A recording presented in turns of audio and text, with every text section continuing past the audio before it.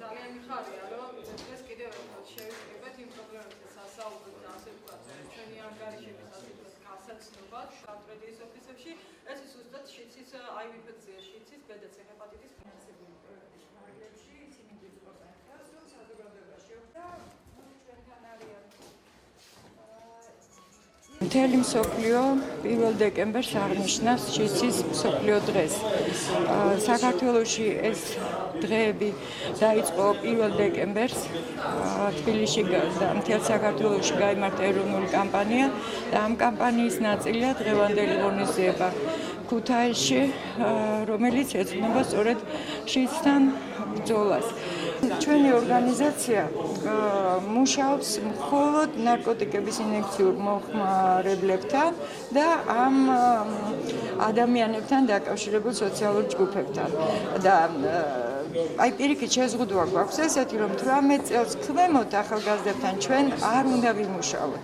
იმიტომ რომ ითვლება, რომ ამ დროს მათი ფსიქიკა არ არის მზად, რომ ინექციური ნარკოტიკების მოხმარებაზე დაველაპარაკოთ და ასე შემდეგ. ეს დღეები გამოყოფილად ემსახურება იმას, რომ უფრო ხმამაღლა ყველამ ვისაუბროთ ამ დაავადებებზე, რომ უფრო მეტ ადამიანს მივაწვდინოთ ხმა და გავაგებინოთ ის რისკები, გავაგებინოთ ის პრობლემები, რომელიც ამ დაავადებით ემუქრება ჩვენ საზოგადოებას.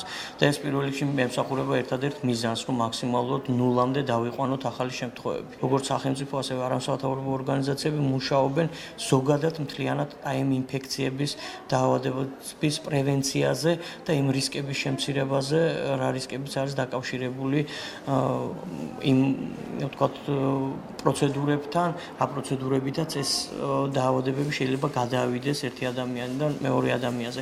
ეს არის ინექციური ნარკოტიკის მოხმარება საზიარო ჭურჭელით, ეს არის დაუცველი სქესობრივი კავშირები, როგორც ჰეტეროსექსუალური, ასევე ჰომოსექსუალური და არასტერილური საშუალებებით იგივე ვთქვათ სალონებში, სამედიცინო დაწესებულებებში მოხმარება.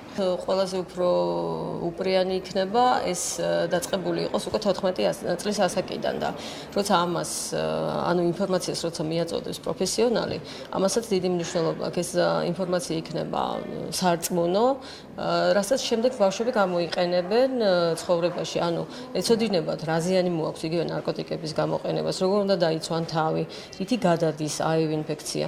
ეს შეამცირებს ავადობის რაოდენობასაც, შეამცირებს რა თქმა უნდა დისკრიმინაციის შემთხვევებსაც, რაც არის ჩვენს ქვეყანაში და არა მარტო ჩვენს ქვეყანაში, არის მსოფლიოში. საქართველოში სტატისტიკური მონაცემებით ფიქსირდება, რომ გავრცელდა არა მხოლოდ ნარკოტიკული ინექციების მომხმარებლებით საშუალებით ინფექციის გავრცელება, არამედ ასევე გავრცელდა ჰეტეროსექსუალური კავშირებით. ეს იგულისხმება, რომ ინფექცია გადადის როგორც ქალიდან მამაკაცის სქესობრივი კონტაქტის დროს, ასევე მამაკაცთან კონტაქტის დროს.